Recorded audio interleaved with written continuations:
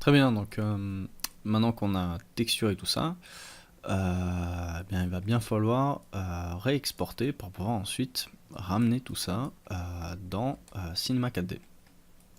Donc, ce qu'on va faire, c'est que hop, on va revenir, tac, un groupe en arrière, on va enregistrer et on va vouloir exporter. Alors, tac, on va cliquer ici sur les petits points et normalement on devrait pouvoir venir, alors, exporter tout ça. Alors non, exporter c'est ici, normalement c'est le petit bonhomme open the exporter, enfin la petite flèche ici. Alors tac, on désélectionne tout au cas où, ou alors on sélectionne tout au cas où. Alors tac, est-ce qu'on peut tout sélectionner? Parfait. Et on clique sur la petite flèche open the exporter. Alors on peut l'agrandir un petit peu. Là, ce qu'il faut comprendre, c'est que en 3D, on a plusieurs moteurs de rendu et que il y a pas mal de choses qui peuvent être faites. Par exemple, il y a Octane Render, il y a Arnold Render, on peut avoir Blender Cycle, qui est aussi maintenant pour Cinema 4D, Cycle 4D, CryEngine, Dota, LOL, enfin, ils ont prévu le truc en fait pour qu'on puisse vraiment l'exporter sur tout type de moteurs de rendu, par exemple Renderman, qui est le moteur de rendu de Pixar qu'ils ont sorti au grand public, etc., etc. On a même Unity 3, Unity 4 pour les jeux vidéo, Unity 5 pour les jeux vidéo, enfin, il y a pas mal de choses. Et par contre, j'ai pas trouvé en fait de physical render pour Cinema 4D. Donc ce qu'on va faire, c'est qu'on va utiliser en fait les passes d'export d'Arnold, mais qu'on va faire ensuite en rendu sur Cinema 4D. Donc on va faire Arnold RGB. On va aller sous Set Pass, donc choisir on va dire le passage, et on va aller hop chercher notre robot de butter ici, on va aller dans Out, et dans Out on va aller dans Map ici, et on fait OK, comme ça en fait on a les textures qui sont rentrées qui n'étaient pas texturées, et celles qui ressortent qui sont ensuite texturées. On va pouvoir soit export this material, en soi ils sont tous sélectionnés donc ce serait bon, ou export all materials, et nous ce qui nous intéresse c'est export all materials. Donc on va cliquer dessus, et on va attendre un petit peu parce qu'il devrait hop mouliner un petit peu. Alors apparemment ça a l'air d'être déjà bon, ça a été plutôt vite.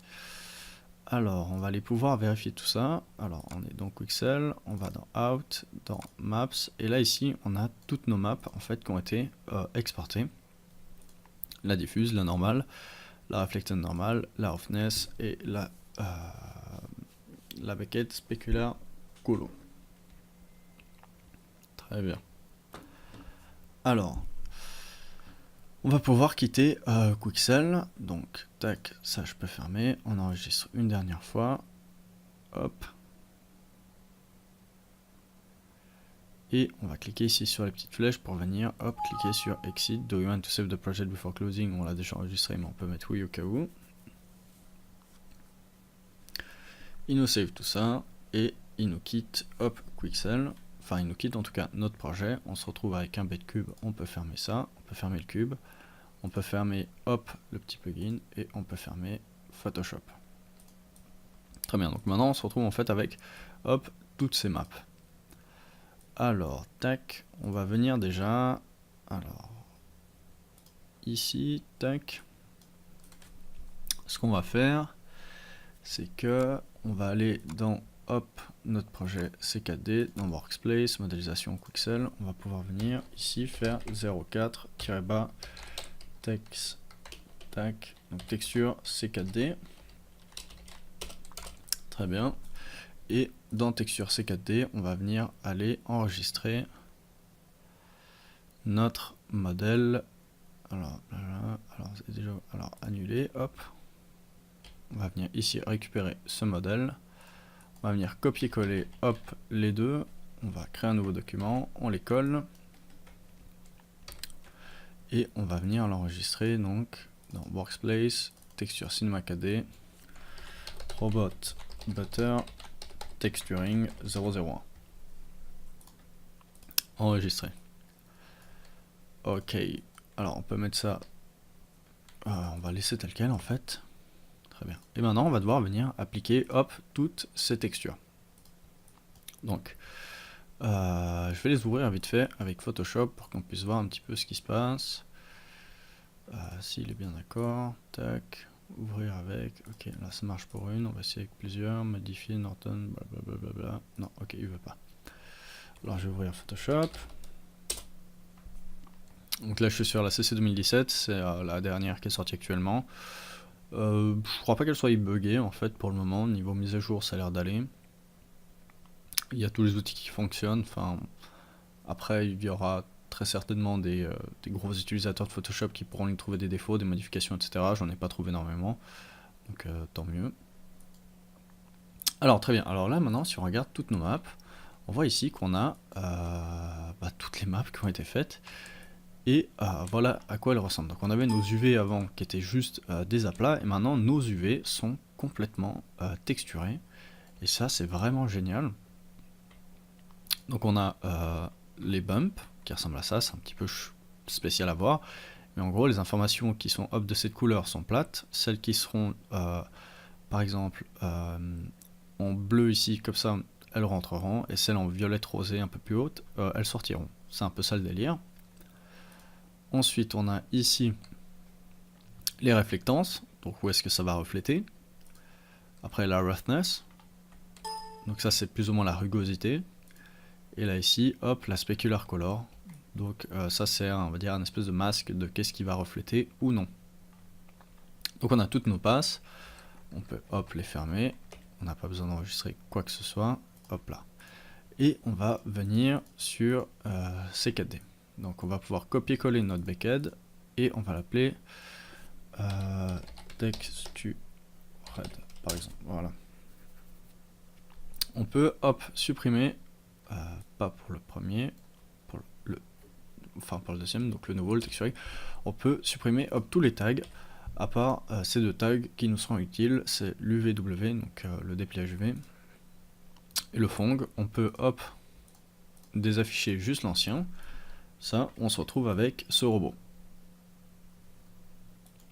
On va créer par exemple ici un calque. Comme ça en fait on peut placer toutes ces textures dans un calque. Donc ajouter un nouveau calque. Ce calque on va l'appeler ID. Très bien, et donc dans aucun calque on aura ici notre nouvelle texture. Donc on va hop créer une texture qu'on va appeler Robot Butter.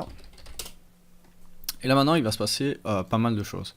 Donc on avait déjà vu un peu les textures dans le pistolet de Rick, mais on n'a pas vu en fait comment importer maintenant des maps, et c'est ce qu'on va voir. Alors je vais tout décocher et on va les faire une après l'autre. Alors dans le canal couleur, hop, ce qu'on va faire déjà, c'est qu'on va importer la diffuse color. Donc elles ont un petit peu des noms qui nous mettent la puce à l'oreille. Celle-là s'appelle diffuse color, donc on va partir sur les colors. Donc on va la prendre, la drag and drop, hop, ici sur cette barre. Voulez-vous... Alors cette image ne figure pas dans le chemin d'accès du projet. Souhaitez-vous en créer une copie à l'emplacement du projet? Alors on va mettre oui. Très bien. On va directement, hop, appliquer notre texture. Et on voit que là maintenant, en fait, il y a toutes les textures. Toute la texture est suivie. Donc ça, c'est vraiment génial. Alors, ce qu'on va faire en même temps, c'est que ça, on va le garder ici de ce côté là. Hop. Et je vais faire un Alt R ici. Comme ça, en fait, on aura toujours un espèce de rendu en temps réel qui va s'auto-calculer à chaque fois que je ferai une modification ou un déplacement. Très bien. Et on va créer en fait un simple environnement, donc un sol, juste histoire en fait de voir à chaque fois ce qui se passe. Donc un sol, très bien. On va lui donner hop une texture blanche. On va créer un ciel. Sur ce ciel, hop, on va aller placer une HD émis. Donc couleur non, réflexion non, luminescence oui, on va aller chercher. Alors tac. Rick and Morty. Ok, CKD, HDRI. Alors, où est-ce... Ah ouais. Alors là, j'avais l'HDRI que j'avais utilisé pour le gun. Donc on va récupérer la même. Alors, on va aller dans... Tac. D'accord. Rick and Morty. Portal gun. C4D. HDRI. Hop, je récupère cet HDRI. Et je viens la placer dans... Hop. Ici. Et je peux venir l'ouvrir. Très bien. Tac. Est-ce que je vais la lier au projet, la HDRI? Allez, on va dire que oui. Très bien. Et je viens la placer, tac, sur le ciel. Hop. Et on n'en a pas besoin de l'afficher au rendu. Visible caméra, non, on décoche. Et donc maintenant, hop, normalement, si je la supprime, on va avoir une légère différence. Mais c'est surtout en fait pour les réflexions qu'on en aura besoin. Très bien. Alors, ce qui est faisable aussi, c'est que là, on voit que notre texture est complètement grisâtre, qu'elle est pas terroche. Donc ce qu'on peut faire, c'est double-cliquer dessus, aller sur éditeur, par défaut, hop, on augmente ça, et on a la résolution de la texture dans le viewport qui est beaucoup mieux. Je réactive le Alt R. Très bien.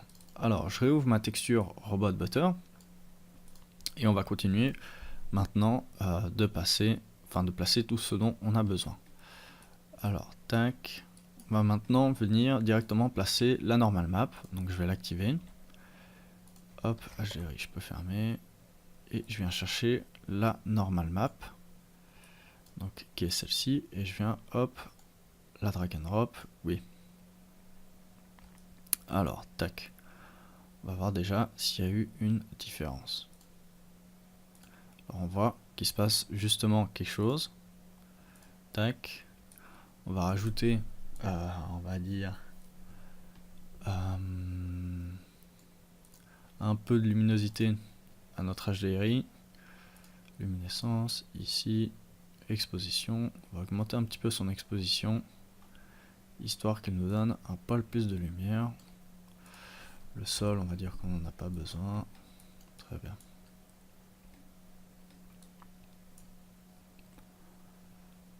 Hop, je reprends Robot Butter. Je désactive la normal map et on regarde ce qui se passe. Et on voit ici qu'on a des informations maintenant qui apparaissent en plus.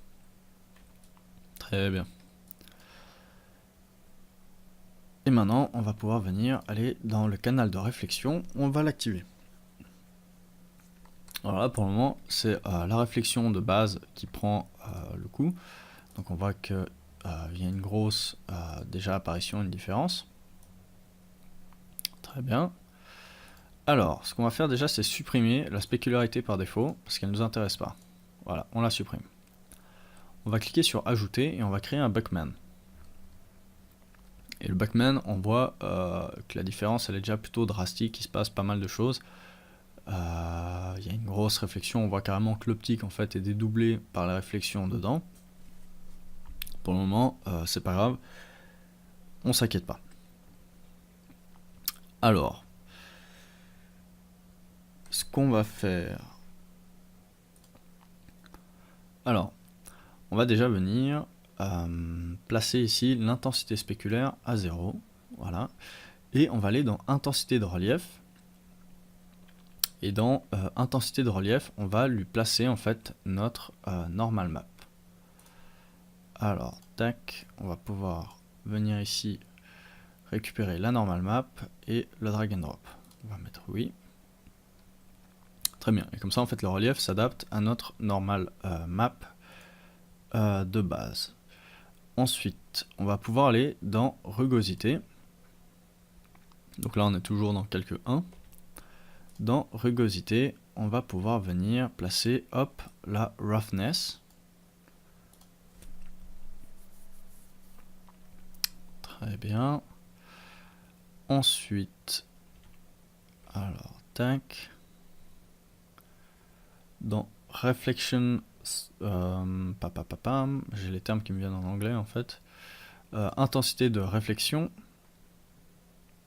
On va aussi venir mettre, hop, tac, la roughness. Très bien. Alors, ça, c'est bon.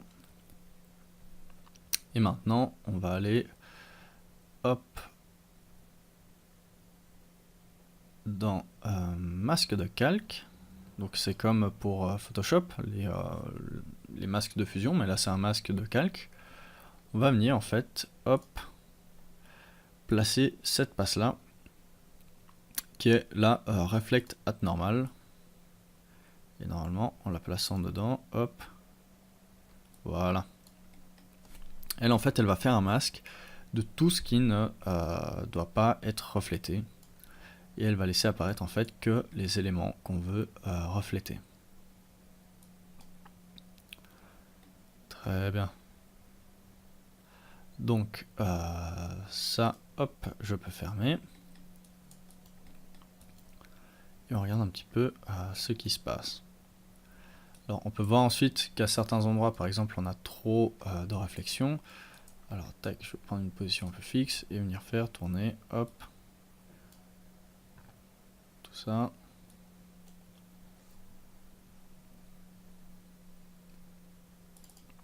Alors je rouvre ma texture, je vais dans réflexion et par exemple ici je peux baisser, hop, un petit peu le canal de réflexion. Donc on voit directement qu'il se passe pas mal de choses si je baisse ou non son canal de réflexion. À vous de voir après en fonction de vos goûts à quoi vous voudrez, hop, le placer. Par exemple si je réaffiche visibilité caméra, hop, de mon HDRI, hop,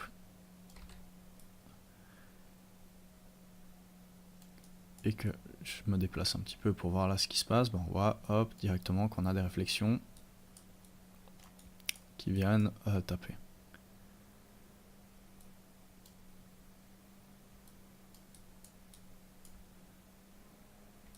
Très bien.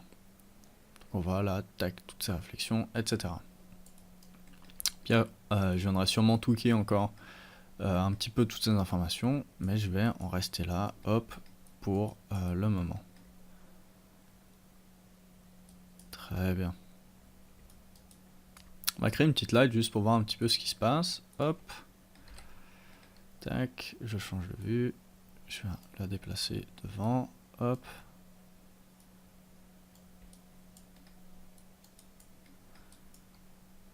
Et on voit directement notre light qui interagit avec le robot. Très bien, cool. Donc là, les textures, en fait, vu que mon modèle de base était dans le bon sens et que quand on a réappliqué les textures, tout s'est remis dans le bon sens, bah ça c'est tout bon, c'est plutôt cool.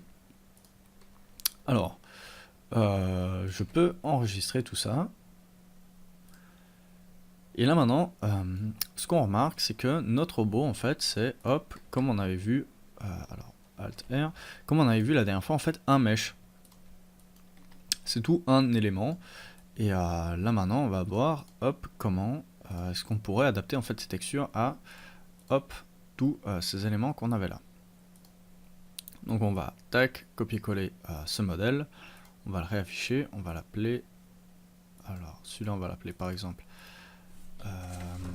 Baked Textured, alors tac, Baked Textured, et celui-là on va l'appeler Textured, alors, ça on sait toujours, hop, ce qui se passe. Alors on va venir lui supprimer toutes ces textures actuelles, parce qu'on n'en a plus besoin, très bien. Alors maintenant qu'elles sont supprimées, hop, on peut venir par exemple déplacer notre robot sur l'arrière. C'est ici où on a le 1 mesh, on va dire, et là on a tous nos meshs. On va déjà faire un test, voir ce qui se passe si on applique ça à un élément. Donc on va prendre par exemple cet élément là. Hop, on prend face, on lui applique, tac, la texture. On voit que déjà c'est plutôt bien parti. puisque si je fais le rendu, en fait, il va juste prendre, hop, la même chose que cette partie-là et l'appliquer ici. Il va pas venir appliquer cette texture-là, ici, vu qu'on avait en fait les UV maps qui étaient correctes. Donc là, c'est plutôt déjà bien parti. Et là, maintenant, deuxième test, ce qu'on va faire, c'est qu'on va essayer de l'appliquer à un parent, voir si ce parent peut appliquer toutes les textures à ses enfants d'une façon intelligente par rapport aux UV de chaque modèle à l'intérieur du parent. On va prendre l'objet, hop, et on va le placer directement sur notre texture. Et là, on voit, au miracle, ça fonctionne. Donc là, maintenant, on se retrouve avec deux modèles, les deux complètement texturés, et les deux qui fonctionnent parfaitement. Donc, nous, on va favoriser, bien évidemment, ce modèle ici, puisque il est complètement indépendant, c'est-à-dire qu'on peut venir, hop, prendre cette partie-là et la sortir, et que tout fonctionne. Très bien, CTRL Z. Très bien, donc c'est vraiment cool, et ça marche vraiment bien. Alors, on enregistre tout ça, tac. On peut venir désafficher le premier, on va garder ce robot-là, on enregistre, et on se rejoint pour la prochaine partie. A tout à l'heure. Alors, juste avant de quitter, désolé, prochaine partie, normalement, on va attaquer le rigging et ensuite un petit peu d'expresso. Donc, c'est juste un peu pour vous mettre l'eau à la bouche comme ça. Donc voilà, à tout à l'heure.